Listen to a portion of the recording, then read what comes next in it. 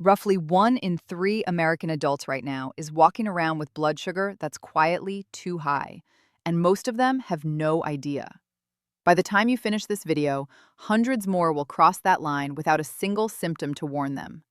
And the part nobody explains clearly is this: the most damaging moment for your blood sugar isn't a meal. It's the 30 minutes after the meal, and what you choose to do with them. I'm Dr. Laura Chen. I'm a health educator and medical researcher, and my whole job is taking real, peer-reviewed science and translating it into plain language you can actually use. No hype, no miracle cures. Just the explanation a rushed 15-minute appointment never has time to give you. If this channel has helped you, take 1 second to subscribe and tap like. We're closing in on our next milestone, and every subscriber helps us reach another person who needs this. Here's my promise. By the end of this video, you'll understand exactly why a short walk after eating does something a tablet of medication genuinely cannot. And you'll know precisely how to use it, starting with your very next meal this week. This is not a replacement for your medication. It's the missing half your medication was never designed to cover. Most people think blood sugar is about what you eat. Cut the sugar, cut the bread, problem solved. That matters, but it's not the whole story. Here's the part that gets missed. After any meal with carbohydrates, glucose floods into your bloodstream. Your body's normal response is to release insulin. Think of insulin as a key that unlocks your cells so the sugar can move out of the blood and into storage. In prediabetes and type 2 diabetes, that key has gotten stiff. The lock is rusty. The sugar lingers in the blood instead of moving where it belongs. So your doctor prescribes a medication, often metformin, and it helps. It lowers the overall background level. But here's what a pill struggles to do. It can't react in real time to the sharp spike that hits 20 to 60 minutes after you eat. That spike, doctors call it the postprandial glucose excursion, just a fancy term for the after-meal surge, is happening on its own schedule several times a day. Picture a kitchen sink. Your medication slowly widens the drain pipe. Useful. But it does nothing about the fact that 3 times a day you turn the faucet on full blast. The water still pools. A walk after eating? That's you reaching over and helping the water drain while the faucet is running. Same moment, same surge. And it does it through a doorway that doesn't need the rusty key at all. That is the whole point of this video. Let me show you what's actually happening inside your muscles, because once you see it, you'll never skip this walk again. Your muscle cells have tiny gateways on their surface that let glucose in. The technical name is GLUT4 transporters. Just think of them as doorways. Normally, those doorways stay tucked away inside the cell, and insulin is what summons them up to the surface. No insulin signal, no doorways, no glucose entry. That's the problem in type 2 diabetes. The insulin signal is weak, so the doorways stay hidden. Now here's the remarkable part. When a muscle contracts, when you walk, it pulls those same doorways up to the surface through a completely separate pathway. Muscle contraction itself recruits the transporters. No insulin required. Read that again. Walking moves sugar out of your blood without using the broken key. This is why even gentle movement works. You don't need to sweat. You don't need to be out of breath. You simply need the muscles in your legs to contract over and over while that after-meal glucose is in your bloodstream looking for somewhere to go. There's a second mechanism too. When you walk, blood flow to your working muscles increases. More blood flow means glucose gets delivered to those muscles faster, and the enzymes that burn it ramp up. So you've got 2 things at once: more doorways open and more traffic moving through them. And there's a third, quieter one. Walking gently signals your liver to ease off. Your liver stores sugar and releases it into the blood, and after a meal, you want it to release less. Light activity helps nudge it in that direction. So picture your bloodstream after lunch. Sugar is rising. If you sit down, that sugar has almost nowhere to go. Your cells aren't asking for it because the insulin signal is weak. The level climbs, peaks high, and stays up. If instead you stand and walk, your leg muscles essentially raise their hands and say, "Send it here." The peak is lower, the surge is shorter, the pipe drains. Here's a myth worth retiring. The myth: a short walk is too small to matter. The reality? In this specific window, right after eating, a short, light walk is one of the most powerful tools you have, precisely because it's working with the surge in real time instead of fighting a long, slow battle. This is why every meal you spend sitting still, the after-meal damage compounds. and why every meal you add a walk, you're protecting blood vessels, nerves, and eyes that depend on those peaks staying lower. Let's name the 5 things sabotaging your after-meal numbers. Most of them feel completely harmless. Number 1, the after-meal sit-down. You eat, and the most natural thing in the world is to settle into a chair. But that's the exact moment your blood sugar is climbing fastest, and a seated body burns almost nothing. You've turned the faucet on and walked away from the sink. This single habit, repeated 3 times a day, may be the biggest hidden driver of high after-meal numbers in people who otherwise eat reasonably well. Number 2, saving all your movement for one big workout. Maybe you walk 45 minutes every morning. That's wonderful for your heart. But if that walk happens at 7 a.m. and your blood sugar spikes at 1 p.m. and 7 p.m., you've left 2 of your 3 daily surges completely uncovered. The timing is off. The effort is real, but it's landing in the wrong place. Number 3, eating in under 10 minutes. When you eat fast, glucose arrives in a rush rather than a trickle, and the peak is sharper. Slowing down isn't about manners. It's about flattening the curve before it even starts. Number 4, the long evening couch block. For most people, the single longest stretch of completely unbroken sitting is between dinner and bed, often 3 or 4 hours. That happens to sit right on top of your largest meal of the day. It's the worst time stillness in your entire schedule. Number 5, walking too late. Some people do walk after dinner, but they wait until an hour or 90 minutes have passed. Here's the problem. By then, the spike has already peaked. The research is clear that the walk does the most good when it begins soon after the meal, while the glucose is still on its way up. Walk too late, and you've shown up to help drain the sink after the water already overflowed. Notice the pattern in all 5. None of them is a bad food. Every one is about what you do with your body in the half hour after you eat. That's the lever almost nobody is pulling, and it's free. Let me tell you about Margaret. Margaret isn't one person. She's a composite, an archetype drawn from a pattern I've seen again and again. Margaret is 61, a recently retired bookkeeper.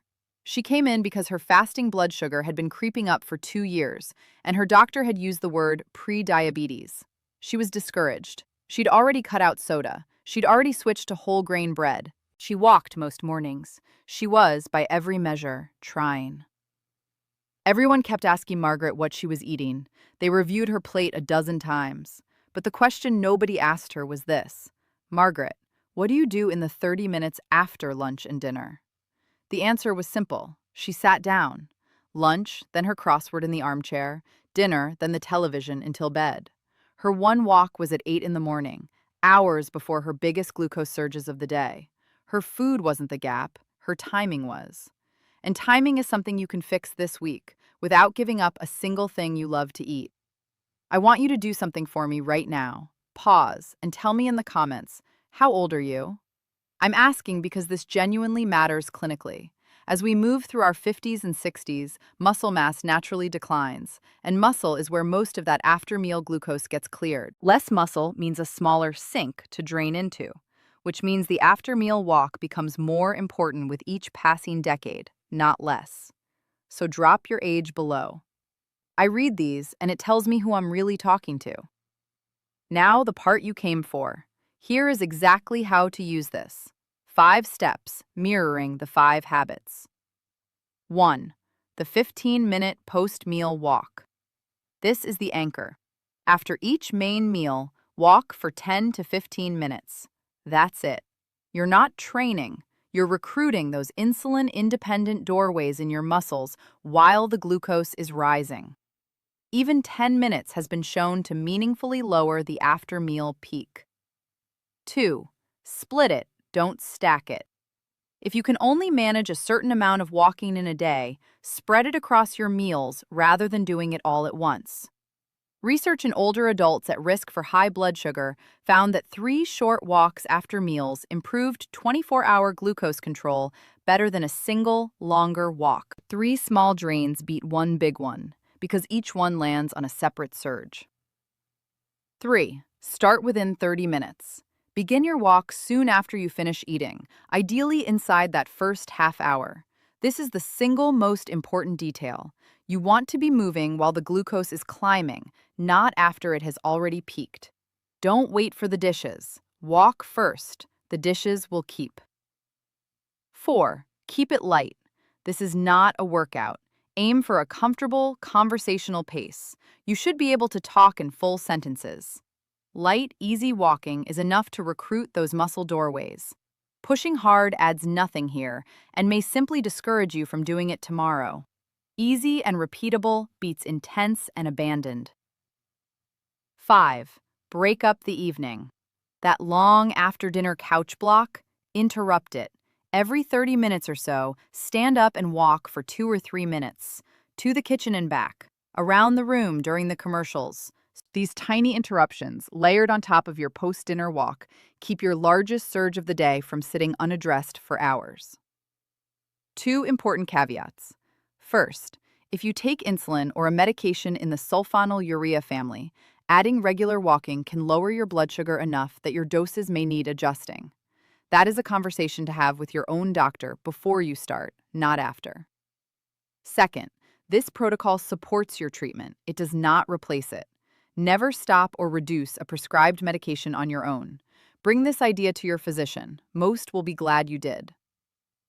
Let me show you what one ordinary day of this actually looks like. No gym, no special equipment. You wake up. Breakfast. Let's say eggs and toast. When you finish, you don't sit down with your coffee. You take your coffee in a travel mug and walk for 12 minutes. Around the block or simply up and down your hallway and kitchen if the weather is poor. Indoors counts. Mid-morning, life as usual. Lunchtime arrives. You eat. And again, the moment you're done, before the dishes, you walk. 12 to 15 minutes. If you have a dog, this is their lucky day. Afternoon, normal. Then dinner, your biggest meal, your biggest surge. You finish eating, and within that first half hour, you walk 15 minutes. After that, the evening is yours. But you don't melt into the couch for 4 straight hours.